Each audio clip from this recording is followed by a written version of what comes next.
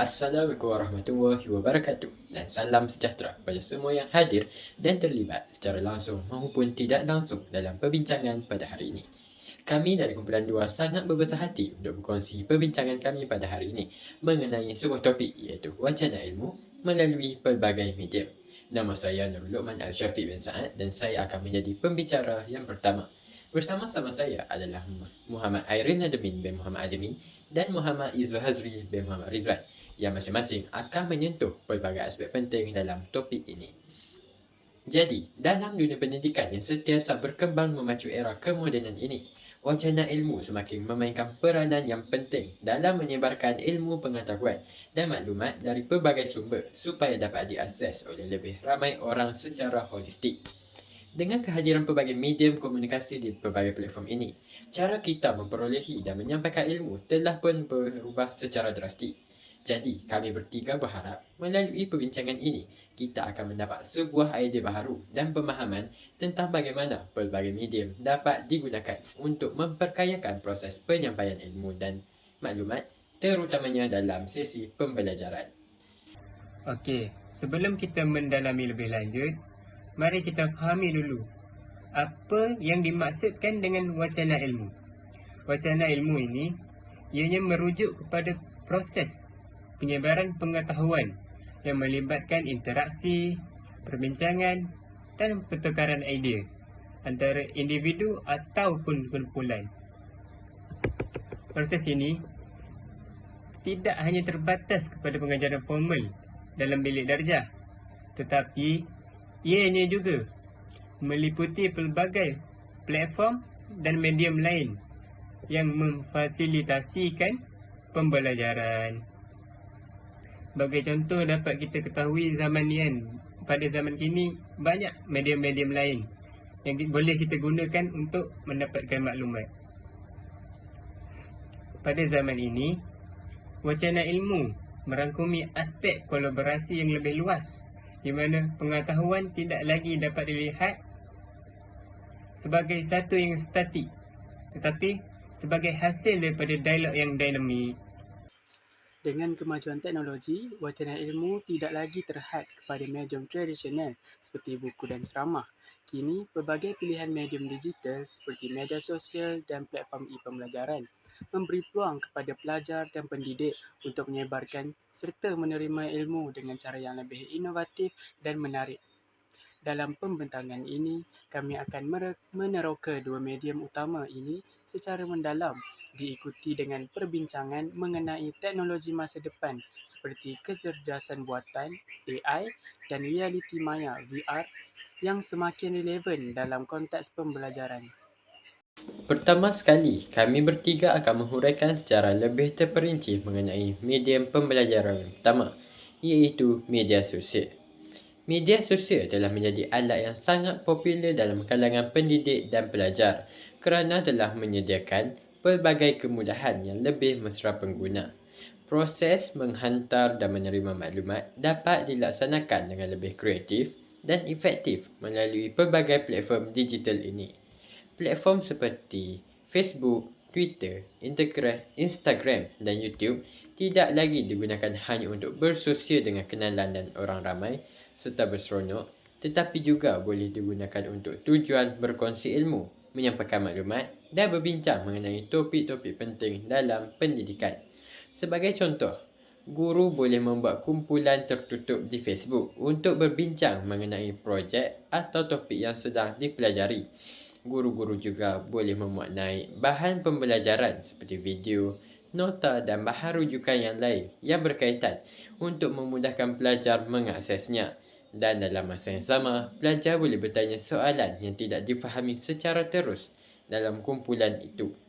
Ini dapat memberi ruang kepada pelajar untuk berinteraksi dan bertanya soalan secara langsung serta dapat mewujudkan proses komunikasi yang berkesan.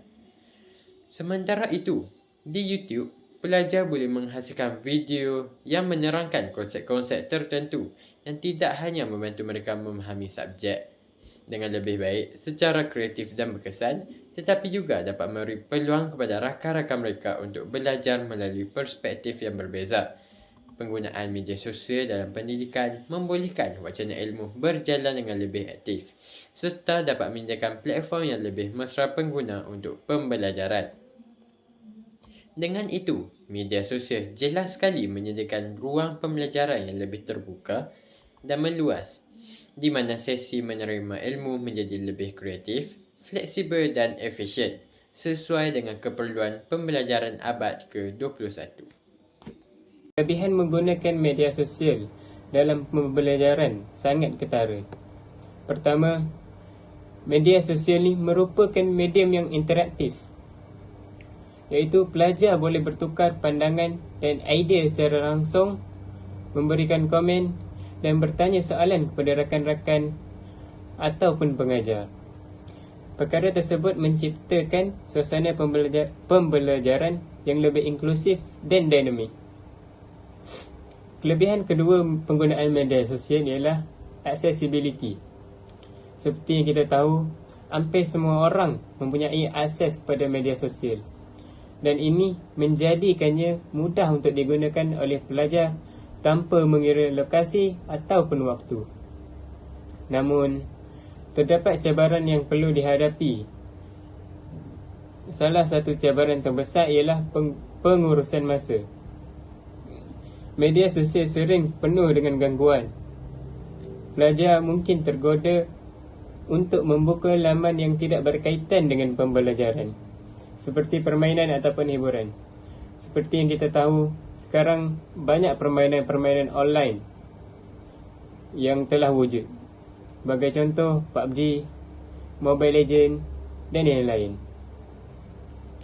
Ini dapat mengalihkan tumpuan mereka dari pembelajaran yang lebih bermakna. Selain itu, terdapat juga kebanjiran maklumat di media sosial. Ianya menjadikan media sosial sukar untuk menapis maklumat yang benar dan sahih, yang boleh mengakibatkan kekeliruan dalam pemahaman. Seperti yang kita tahu, media sosial ni terlalu banyak maklumat dan tidak ada kesahihan mana maklumat yang betul dan mana maklumat yang salah. Dalam konteks pembelajaran, media sosial menyokong kolaborasi dengan membenarkan pelajar bekerjasama secara dalam talian.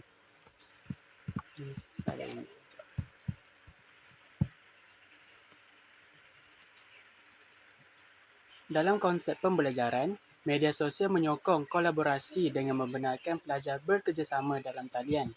Misalnya, mereka boleh berkongsi nota atau menyiapkan projek kumpulan secara maya. Komunikasi berkesan juga dipupuk melalui interaksi langsung di platform ini, di mana pelajar boleh berhubung dengan pendidik dan rakan-rakan mereka dalam masa yang nyata. Dalam hal ini, pemilihan bahan yang bermakna sangat penting. Pendidik perlu bijak dalam memastikan bahan yang dibincangkan di media sosial berkualiti dan relevan dengan subjek yang diajarkan. Di samping itu, kreativiti juga dapat disalurkan melalui media sosial. Pelajar boleh menghasilkan video kreatif di YouTube, infografik di Instagram atau perbincangan yang mendalam di Twitter. Ini bukan sahaja membantu mereka menyampaikan idea dengan cara yang menarik, tetapi juga memupuk pemikiran kritis dan inovasi dalam penyampaian maklumat. Alhamdulillah, selesai sudah perbincangan kita mengenai medium pembelajaran pertama, iaitu media sosial. Namun, selain media sosial, terdapat satu lagi medium yang semakin popular dalam dunia pembelajaran moden, iaitu platform e-pembelajaran atau lebih dikenali sebagai e-learning. Contoh platform ini seperti Google Classroom dan Duolingo. Platform ini menyediakan sebuah struktur yang jelas untuk pembelajaran dengan modul-modul yang dirancang dengan teliti, serta membolehkan pelajar mengikuti kursus dalam talian dari mana-mana sahaja tempat di dunia pada bila-bila masa mengikut kelapangan mereka sendiri. Pelajar dapat mengakses bahan pembelajaran seperti video, nota dan tugasan secara dalam talian yang dapat meningkatkan kemudahan dalam proses pembelajaran mereka. Salah satu kelebihan platform e-pembelajaran adalah flexibility. Pelajar boleh memilih bila dan di mana mereka ingin belajar, memberikan mereka kebebasan untuk menyesuaikan pembelajaran dengan jadual peribadi mereka. Ini juga dapat membantu pelajar yang mempunyai komitmen lain untuk tetap berpeluang belajar tanpa terikat dengan waktu dan lokasi yang tetap. Contohnya, pelajar boleh mengakses pembelajaran pada waktu malam tanpa menghadiri sebarang kelas fizikal.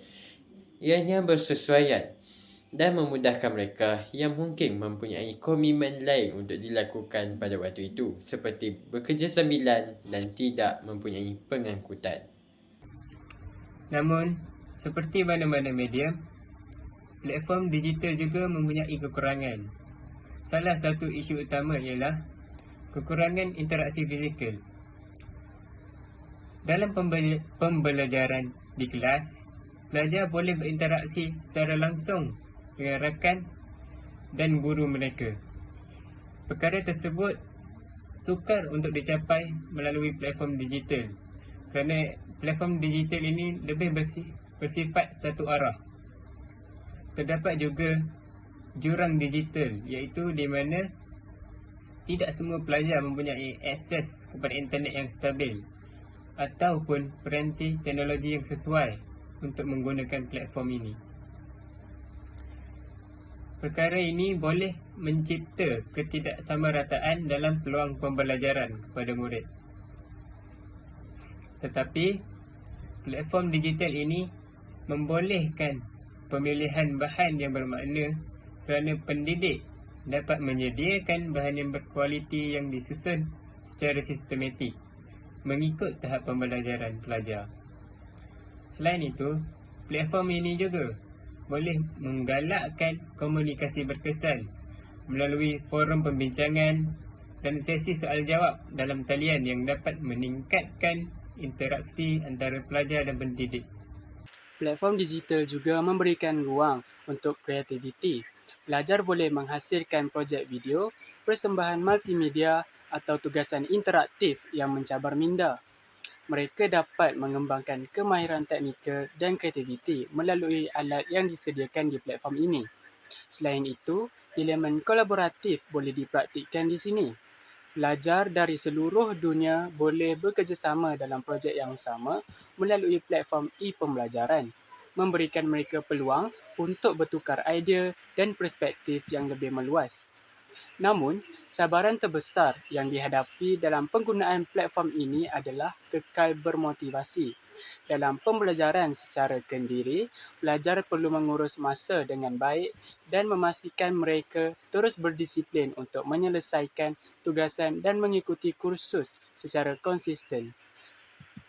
Pendekatan seperti mengadakan sesi motivasi berkala atau menggalakkan penglibatan aktif dalam forum perbincangan dapat membantu meningkatkan motivasi. Baiklah, seterusnya, jika dikaji dengan lebih terperinci dengan mendalam, semakin kita melangkah ke masa depan, wujudnya teknologi seperti kecerdasan buatan ataupun AI dan realiti maya ataupun VR yang dijangka akan mengubah wajah pendidikan secara holistik. AI misalnya mampu menganalisis prestasi pelajar dan memberikan cadangan pembelajaran yang diperibadikan untuk memenuhi keperluan individu yang pelbagai. Sebagai contoh, murid yang lebih cenderung untuk memahami sesuatu topik melalui visual akan disediakan maklumat dalam bentuk grafik. Ini membolehkan pelajar mendapatkan pengalaman belajar yang lebih sesuai dengan gaya dan keperluan mereka. AI juga boleh digunakan dalam alat bantu maya yang dapat menjawab soalan pelajar secara langsung dengan segera, memberikan maklumat yang tepat dan relevan. Keadaan ini dapat memudahkan orang ramai untuk mengakses maklumat dengan lebih cepat serta tepat. Sementara itu, realiti maya atau lebih kita kenali sebagai virtual reality, VR. VR ni ialah satu persekitaran yang seperti dunia nyata tapi diciptakan oleh komputer. VR ni membuka peluang untuk pengalaman pembelajaran yang mendalam. Sebagai contoh, dalam bidang sains dan perubatan, VR digunakan untuk simulasi yang membolehkan pelajar mengalami situasi dunia nyata tanpa risiko yang terlibat. Contohnya, pelajar perubatan ni dapat berlatih prosedur bedah dalam persekitaran yang maya. Jadi tiada risiko berlakunya kemalangan yang membahayakan.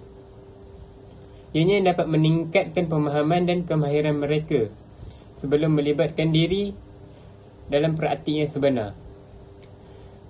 Kedua-dua teknologi ini tidak hanya menggalakkan kolaborasi, tapi juga kreativiti dalam pendekatan pembelajaran.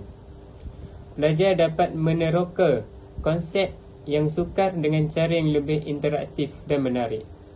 Namun, dengan semua kelebihan ini, terdapat juga cabaran yang perlu dihadapi. Institusi pendidikan perlu melabur dalam infrastruktur teknologi yang sesuai dan melatih pendidik dalam menggunakan teknologi ini secara berkesan. Ini memerlukan sumber dan masa, tetapi pelaburan ini adalah penting untuk memastikan kita tidak ketinggalan dalam perkembangan pendidikan global.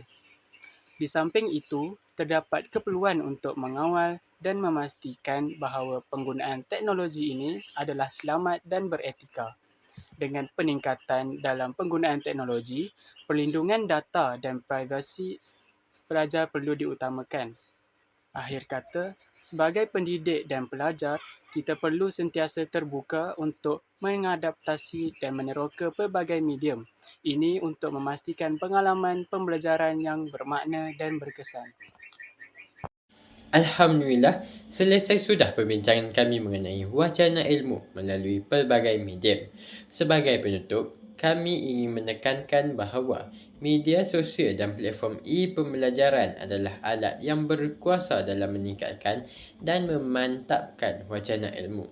Dengan memanfaatkan kedua-dua medium ini secara bijak, kita dapat mencipta suasana pembelajaran yang lebih inklusif, interaktif dan menarik.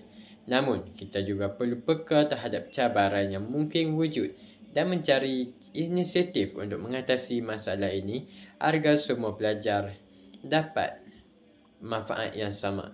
Dengan pendekatan yang positif dan bersesuaian, kualiti pembelajaran dapat ditingkatkan serta melahirkan generasi yang lebih progresif dan berdaya saing. Kami berharap perbincangan ini dapat memberikan anda pandangan yang lebih jelas tentang bagaimana pelbagai medium dapat digunakan untuk memperkayakan pembelajaran. Kami juga ingin menggalakkan anda untuk terus meneroka penggunaan media sosial dan platform e-pembelajaran dalam kehidupan seharian anda, serta memahami potensi teknologi baru dalam meningkatkan proses pembelajaran. Akhir sekali, kami ingin membuka ruang untuk sebarang pertanyaan atau pandangan daripada audiens. Kami berbesar hati untuk mendengar pengalaman dan pandangan anda mengenai penggunaan media sosial dan platform e-pembelajaran dalam konteks pendidikan. Terima kasih atas perhatian anda.